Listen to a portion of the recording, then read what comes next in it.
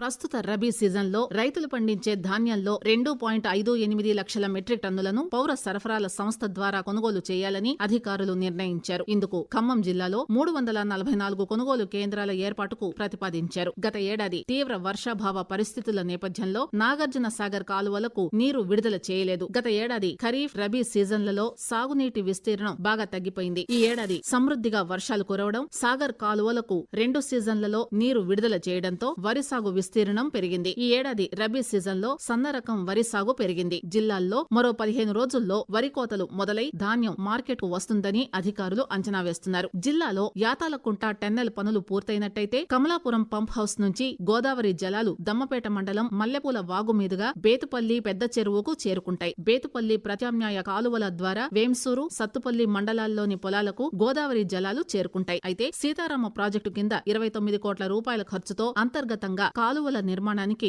భూమి సేకరిస్తున్నారు. దీంతో చివరి పొలాల కూడా సాగునీరు అందించి సస్యశ్యామలం చేస్తారు. సీతారామ ప్రాజెక్టు పనులను పరిశీలించిన వ్యవసాయ శాఖ మంత్రి తుమ్మల నాగేశ్వరరావు మాట్లాడుతూ ఇళ్ల స్థలాల క్రమబద్దీకరణ కోసం ప్రభుత్వం ఎల్ఆర్ఎస్ దరఖాస్తులకు రాయితీని ప్రకటించింది. ఎల్ఆర్ఎస్ దరఖాస్తుల పరిశీలన ప్రారంభ రోజుల్లో రోజుకు 3 నుంచి 5 దరఖాస్తులకు చెల్లింపులు జరిగాయి. ఇప్పుడు రోజుకు 70 నుంచి 80కి పైగా ఎల్ఆర్ఎస్ దరఖాస్తులకు చెల్లింపులు జరుగుతున్నాయి. దీంతో ఇప్పటికే ఖమ్మం నగరపాలక సంస్థ పరిధిలో 1895 ఎల్ఆర్ఎస్ దరఖాస్తులకు చెల్లింపులు జరిగి 10.61 కోట్ల రూపాయలకు ఆదాయం చేరింది. ప్రస్తుత కాలంలో ఆర్టిఫిషియల్ ఇంటెలిజెన్స్, కృత్రిమ మేధకు ప్రాముఖ్యత పెరిగింది. ఈ నేపథ్యంలో విద్యార్థులకు ప్రాథమిక స్థాయి నుంచే ఏఐ ద్వారా విద్యా బోధన చేపట్టాలని ప్రభుత్వం సంకల్పించింది. ఇందులో భాగంగా జిల్లాలోని 7 పాఠశాలల్లో ఏఐ ఆధారిత బోధనను గత నెల 24 నుంచి పైలట్ ప్రాజెక్టుగా ప్రారంభించారు. ఏఐ బోధనపై ఈ నెల 11వ తేదీన హైదరాబాద్ లో అధికారులకు శిక్షణ నిర్వహించారు. కాగా ప్రభుత్వ పాఠశాలల్లో విద్యార్థుల అభ్యున్నతిపై దృష్టి సారించిన కలెక్టర్ ముజమ్మిల్ ఖాన్ ఏఐ బోధనపై ప్రత్యేక శ్రద్ధ వహిస్తున్నారు. ప్రభుత్వ పాఠశాలల్లో కూరగాయల సాగు చేపట్టాలని, పండ్ల మొక్కలు పెంచాలని కూడా కొండా లక్ష్మణ్ వ్యవసాయ విశ్వవిద్యాలయం ప్రభుత్వానికి ప్రతిపాదన చేసింది. దీనివల్ల మధ్యాహ్న భోజనానికి అవసరమైన కూరగాయలు,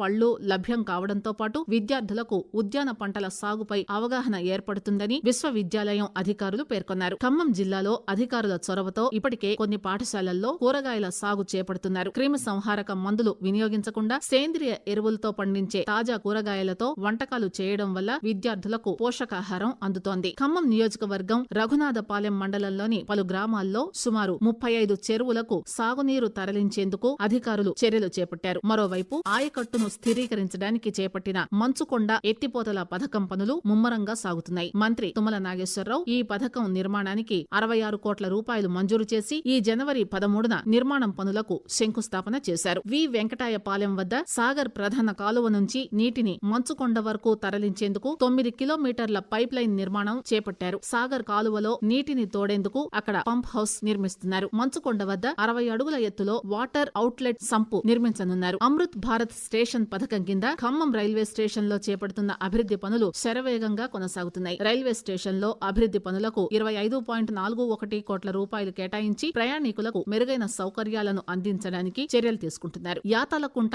టెన్నెల్ నిర్మాణం పనులు తుది దశకు చేరుకున్నాయి. 1781 మీటర్ల పనులకు గాను 1100 మీటర్ల మేర పూర్తయ్యాయి. భూ నిర్వాసితులకు 15 కోట్ల రూపాయలు చెల్లించడంతో రైతుల నుంచి అడ్డంకులు తొలగిపోగా పనుల్లో వేగం పుంజుకుంది. సీతారామ ఎత్తిపోతల పథకంలో భాగంగా సత్తుపల్లి ట్రంక్ పనులు పూర్తి చేయడానికి ప్రభుత్వం ప్రణాళికలు సిద్ధం చేసింది. బుగ్గపాడు వద్ద కాలువల నిర్మాణం పనులకు కొంత ఆటంకం ఏర్పడినప్పటికీ ఇటీవలే రైతులకు పరిహారం చెల్లించడంతో ఆ సమస్య కూడా పరిష్కారమైంది. మిషన్ భగీరథ పథకం ద్వారా ఈ వేసవిలో జిల్లాలో తాగునీటిని సరఫరా చేయలేకపోతున్న 6 ఆవాస ప్రాంతాలను అధికారులు రెడ్ జోన్ లో చేర్చారు. వీటిలో ఖమ్మం గ్రామీణ మండలం ఊటవాగు తండా, వేంసూరు మండలం అమ్మపాలెం, సత్యనారాయణపురం, చింతకాని మండలం బొపారం, పెనుబల్లి మండలం సత్యనారాయణపురం, మధిర మండలం బయ్యారం గ్రామాలు ఉన్నాయి. తక్కువ స్థాయిలో నీటి సరఫరా అవుతున్న మరొక 9 ఆవాసాలను సమస్యాత్మక ప్రాంతాలుగా గుర్తించారు. మొత్తం 15 ఆవాస ప్రాంతాల్లోని కుటుంబాలకు వేసవిలో తాగునీరు అందించేందుకు అత్యవసరంగా పైప్ లైన్లు ఏర్పాటు చేస్తున్నారు.